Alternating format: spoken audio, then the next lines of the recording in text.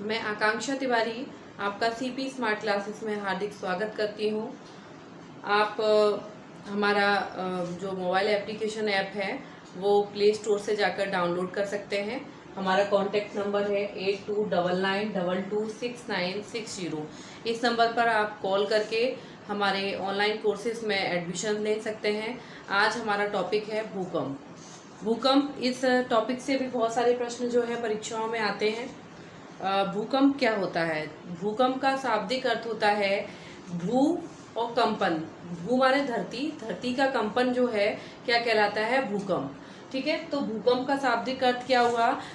धरातल का या पृथ्वी का में जो कंपन या उसका हिलना डुलना क्या कहलाता है? भूकंप कहलाता है।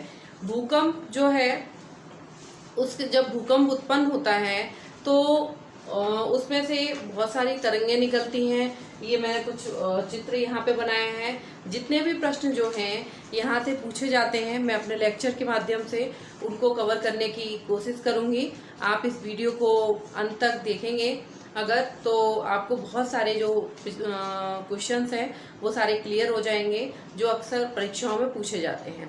तो भूकंप का अध्ययन किस में किया जाता है, किस विज्ञान? तो भूकंप का, या इसको इंग्लिश में क्या कहते हैं? अर्थक्वेक्स कहते हैं। तो भूकंप का अध्ययन जिस विज्ञान के अंतर्गत किया जाता है उसको हम सीस्मोलॉजी के नाम से जानते हैं। तो भूकंप का अध्ययन किस विज्ञान के अंतर्गत किया जाता है? लिखेंगे सीस्मोलॉजी। सीस्मोलॉजी के अंतर्गत जो है वो भूकंप का अध्ययन किया जाता है। भूकंप का शाब्दिक अर्थ आपको पता चला, और भूकंप विज्ञान के अंतर्गत, या इसको इंग्लिश में कहेंगे सीस्मोलॉजी के अंतर्गत जो है वो भूकंप का अध्ययन किया जाता है।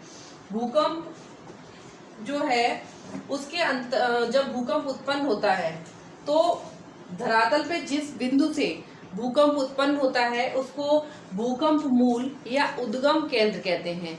क्या कहते हैं? भूकंप मूल। ये क्या है इसका? जिस स्थल से ये उत्पन्न हुआ है उसको हम क्या कहते हैं? ये दुर्बल मंडल है। क्या है ये जो क्षेत्र है जहाँ पे भूकंप की उत्पत्ति होती है उसको हम दुर्बल मंडल के नाम से जानते हैं। दुर्बल मंडल से भूकंप की उत्पत्ति होती है।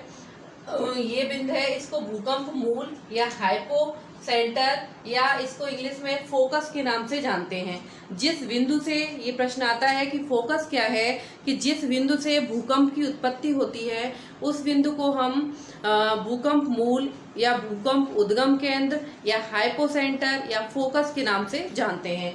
ठीक है, ये किस मंडल में स्थित होता है? दुर्बल मंडल में। ठीक है, इसके बाद ये भूकंपी तरंगें जो हैं जस्ट भूकंप मूल जो बिंदु है उसके जस्ट लंबवत जो बिंदु स्थित होता है धरातल पर, उसको हम क्या कहते हैं? भूकंप अधिकेंद्र के नाम से जानते हैं। धरातल पर वो बिंदु जहां पर सबसे पहले भूकंप का अनुभव किया जाता है उसको हम भूकंप अधिकेंद्र कहते हैं, और इसको हम इंग्लिश में एपी सेंटर के नाम से जानते हैं। एपी सेंटर क्या होता है? भूकंप मूल के जस्ट लंबवत जो बिंदु स्थित होता है, या फिर सबसे पहले जहाँ पर भूकंप जो है जिस बिंदु पर अनुभव होता है उसको हम भूकंप अधिकेंद्र के या एपी सेंटर के नाम से जानते हैं। तो यहाँ पर जो है सबसे ज्यादा नुकसान यही होगा। ठीक है, सबसे ज्यादा पहले यहाँ पे तरंगे पहुंचेंगी तो सबसे ज्यादा नुकसान यहाँ होगा, और यहाँ पे जो है इससे कम नुकसान होगा। ठीक है, दुर्बल मंडल के ऊपर जो मंडल स्थल स्थित है उसको हम स्थल मंडल या फिर लिथोस्फीयर के नाम से जानते हैं। इतना आपको समझ में आया होगा। तो दो प्रश्न ये क्लियर हुए कि भूकंप मूल या फोकस या भूकंप मूल एक ही बात है, और एपी सेंटर क्या होता है, इनमें अंतर समझ में आया होगा। और भूकंप का अध्ययन जो है हम किसके अंतर्गत करते हैं? तो सीस्मोलॉजी के अंतर्गत करते हैं। भूकंप का मापन जो है हम सीस्मोग्राफ नामक यंत्र से करते हैं। किस यंत्र से हम भूकंप का मापन करते हैं? सीस्मोग्राफ यंत्र से भूकंप का मापन किया जाता है। भूकंप का मापन किस यंत्र से किया जाता है? सीस्मोग्राफ से। जो भूकंप मापने के लिए दो स्केल डेवलप किए गए हैं, एक है मार्केली स्केल, एक है रिएक्टर स्केल। ठीक है, तो भूकंप के मापन के लिए दो स्केल बने हैं, एक है रिएक्टर स्केल और एक है मार्केली स्केल।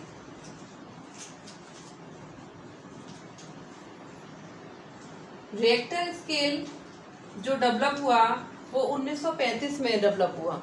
1935 में फ्रांसिस रिएक्टर नामक व्यक्ति ने रिएक्टर स्केल को डेवलप किया। यहाँ पर जो स्केल जो होता है वो 1 से 9 तक बिंदु जो है स्केल पर अंकित होते हैं। अगर हम 8 से 9 के बीच जो है इसमें 10 गुने का अंतर होगा। कितना होगा? 10 गुना, ये अधिक होगा।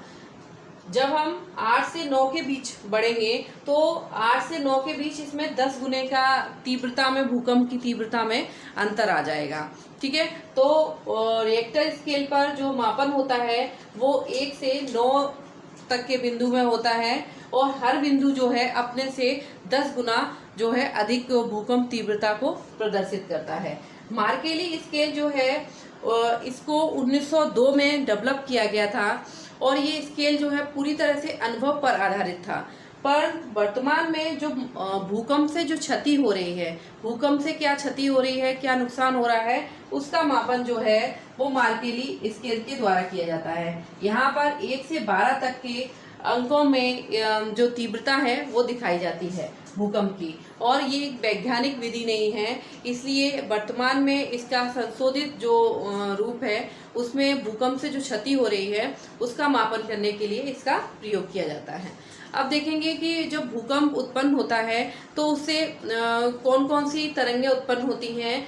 भूकंप जब उत्पन्न होता है तो उससे P, S और L जो है तरंगें उत्पन्न होती हैं।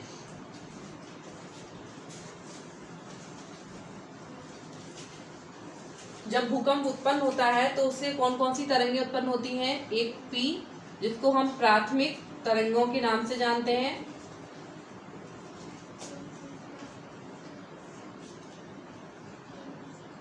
S सेकेंडरी वेव्स, जिसको हम अनुप्रस्थ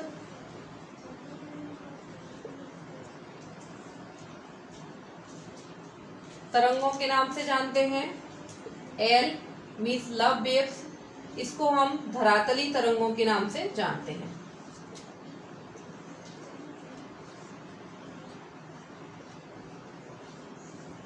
प्राथमिक तरंगें या प्राइमरी वेव्स क्या होती हैं। प्राइमरी वेव्स अगर इनकी गति की बात करें तो सबसे ज्यादा तेज गति किसकी होती है? प्राइमरी वेव्स की।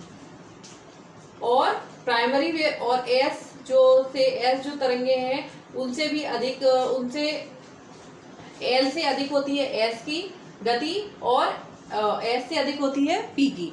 मतलब सबसे ज्यादा गति जो है किसकी तीव्र होती है? पी तरंगों की। पी तरंगें जो है वो ठोस, द्रव और गैस तीनों माध्यमों में जो है विचरण कर सकती है। कौन कौन सी? ठोस, गैस और द्रव। ठीक है, ठोस, द्रव और गैस तीनों माध्यमों में पी तरंगें जो हैं वो विचरण कर सकती हैं। इनकी जो गति होती है वो होती है 8 से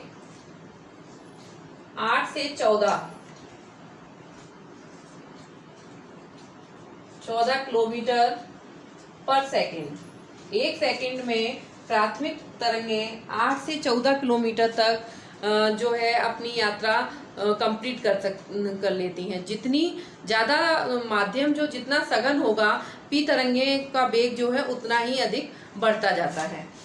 अनुप्रस्थ तरंगें या इनको सेकेंडरी वेव्स के नाम से जानते हैं। ये तरंगें जो हैं वो द्रव में प्रवेश नहीं करती हैं। किसमें प्रवेश नहीं करती हैं? द्रव में प्रवेश नहीं करती हैं।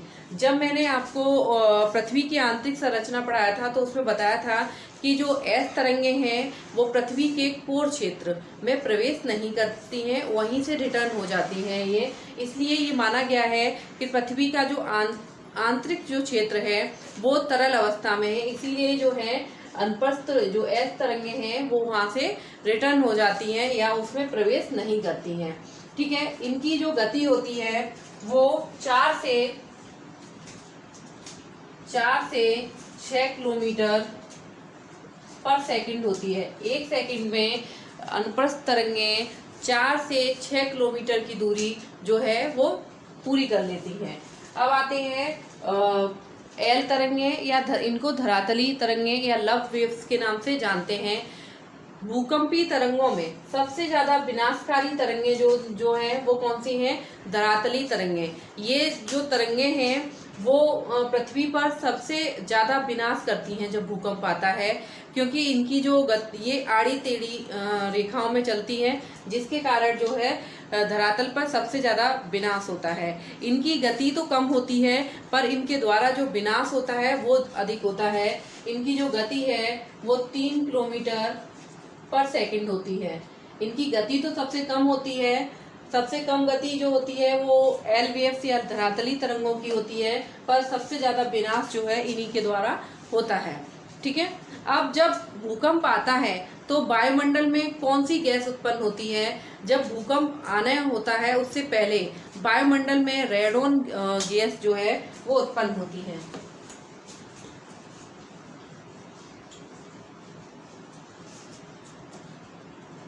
भूकंप आने से पूर्व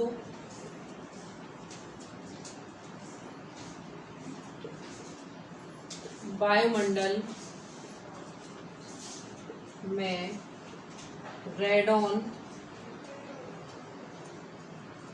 गैस उत्पन्न होती है। भूकंप केवल धरातल पर या पृथ्वी पर ही केवल धरातली क्षेत्र पर ही नहीं आता है, बल्कि जलीय क्षेत्रों में भी आता है।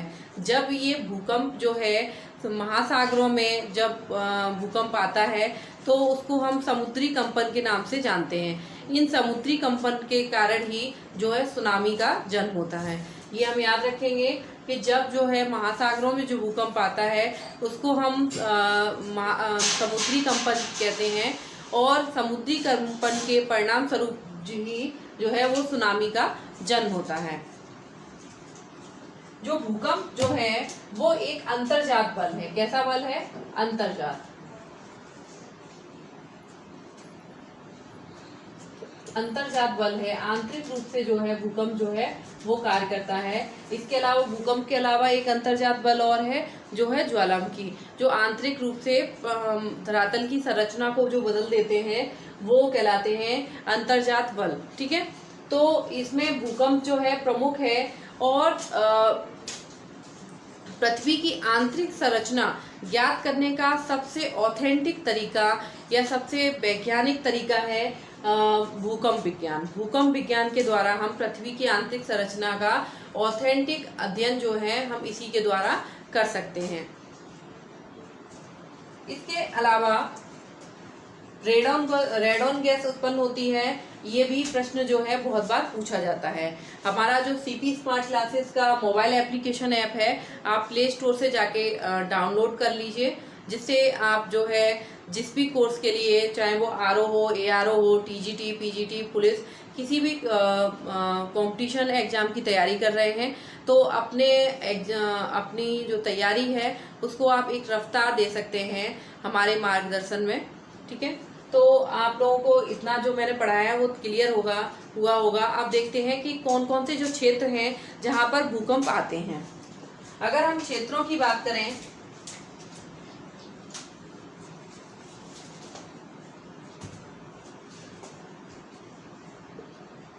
भूकंप के क्षेत्र, भूकंप प्रमुख रूप से जो है प्रशांत महासागरीय पेटी में आते हैं। लगभग 68% जो भूकंप हैं वो किस पेटी में आते हैं? वो प्रशांत महासागरीय पेटी में आते हैं। प्रशांत महासागरीय पेटी के अंतर्गत जो है चिली हो गया, कैलिफोर्निया हो गया, इन सब इसमें जो है प्रशांत महासागरीय पेटी स्थित है। तो प्रशांत महासागरीय पेटी पहला जो क्षेत्र है वो कौन सा हुआ? प्रशांत महासागरीय पेटी। लगभग 68% भूकंप जो है इसी पेटी में आते हैं। लगभग 68% भूकंप किस पेटी में आते हैं? प्रश्न आता है तो प्रशांत महासागरीय पेटी में आते हैं। इसी कारण इसे अग्निवलय, रिंग ऑफ फायर, अग्निवलय की उपमा दी जाती है। अग्निवलय की उपमा किसको दी जाती है? इसको प्रशांत महासागरीय क्षेत्र को। उसके बाद दूसरा जो क्षेत्र है इसके अंतर्गत जो है हमारा जापान हो गया, फिलीपींस हो गया,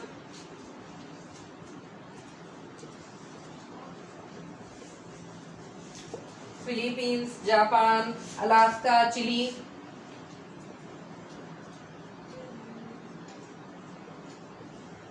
चिली इत्यादि जो क्षेत्र जो हैं इसके अंतर्गत आते हैं। कौन से क्षेत्र के अंतर्गत? प्रशांत महासागरीय क्षेत्र के अंतर्गत जो है ये क्षेत्र जो है आते हैं। जापान, जिसमें जापान, फिलीपींस, अलास्का, ये जो क्षेत्र जो है वो प्रशांत महासागरीय पेटी के अंतर्गत आते हैं। लगभग 68% यहाँ से आते हैं इसी क्षेत्र में भूकंप, और इसी कारण इसको अग्निवलय की उपमा दी जाती है, रिंग ऑफ फायर इसको इंग्लिश में बोलेंगे। उसके अलावा दूसरा जो क्षेत्र है उसको देखेंगे, उसका नाम है मध्य महासागरीय पेटी।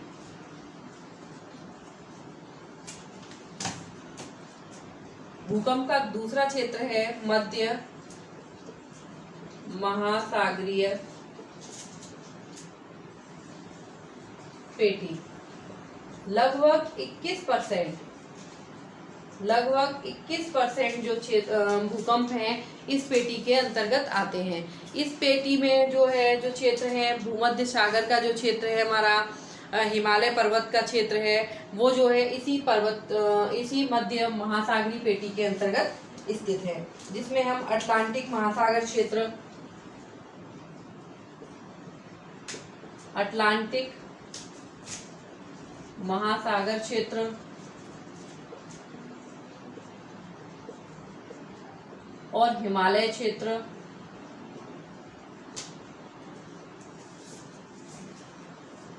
और भूमध्य सागर क्षेत्र को इसके अंतर्गत शामिल करेंगे। इसके अलावा तीसरा जो क्षेत्र है वो है उत्तरी मैदानी क्षेत्र।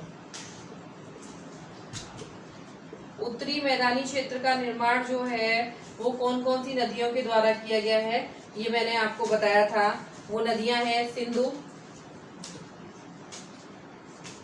गंगा और ब्रह्मपुत्र।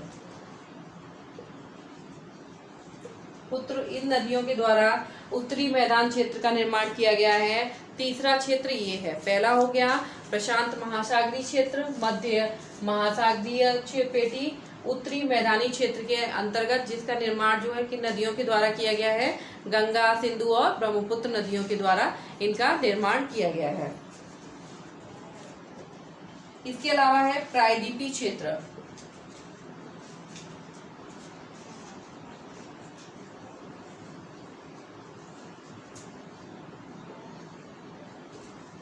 ये जो क्षेत्र है वो भूकंप की दृष्टि से स्थिर माना जाता है, मतलब यहाँ पर भूकंप आने की जो है संभावना जो है वो बहुत कम है। प्रायद्वीपीय क्षेत्र, ठीक है। तो इतने जो क्षेत्र हैं वो भूकंप के अंतर्गत आएंगे और आपको शायद इस लेक्चर के माध्यम से बहुत सारे जो प्रश्न हैं वो कवर हो गए होंगे कि सीस्मोग्राफ के अंतर से क्या नापा जा, किसकी तीव्रता मापी जाती है, या भूकंप का अध्ययन किस विज्ञान के अंतर्गत किया जाता है। इसके अलावा जो है रिएक्टर स्केल का कब इसको आविष्कार हुआ, किसने आविष्कार किया, ठीक है। तो इन सभी का अध्ययन जो है जितने प्रश्न आते थे मैंने इस अध्याय के द्वारा जो है आपको कवर कराने की कोशिश की गई है। और आप हमारा जो सीपी स्मार्ट क्लासेस का मोबाइल एप्लीकेशन ऐप है उसको डाउनलोड कर सकते हैं। साथ ही आप 82992269 और 60 पर कॉल करके हमारे ऑनलाइन कोर्सेज में कैसे एडमिशन लेना है उसकी प्रक्रिया को जान सकते हैं। ठीक है, तो आप लोगों को पसंद आया हो तो आप लोग इसको लाइक करिए। Thank you.